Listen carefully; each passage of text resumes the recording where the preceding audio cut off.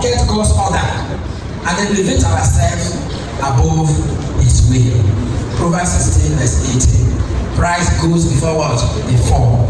So it makes us to look at ourselves even above God. To look at ourselves above any other person. Somebody looking at somebody like this, you know what he's saying. Who is this one? Are we really for Christ? So rebellion against God is not eating. Immediately Moses called them together and said, God is going to show us today who are the leaders of Israel. Who should we listen to? These people, they have gathered 250 to rebel against Moses, and they want to offer incense, offer sacrifice, they want to do everything.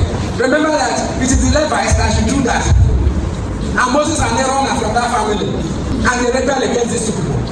And what happened was that when they came out, they gathered, everybody gathered in one place. Then God told Moses, ask the people to separate from Korah and his people.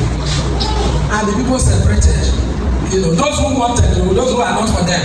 But the 250 stayed with them.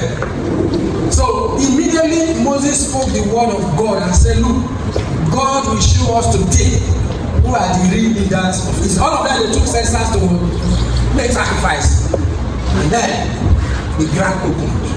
And all of them fell in. You know what happened to the 250? These people that fell in were themselves and their family, Korah and the rest, you know, and their families, fell into the ground and opened. And the ground did what? Closed. That was the end. There was nothing like, let us take them for treatment. The ground closed.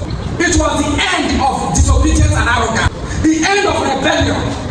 The ground closed and they did not see them again. The remaining 250, do you know what happened? Let the ground go open for us too. They started running.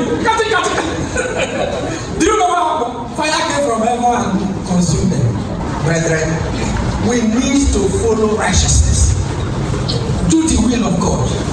Give honor to whom honor is what? Due. Try our possible best to support. When they are rebelling against God, it is known to God that they are rebelling against Him.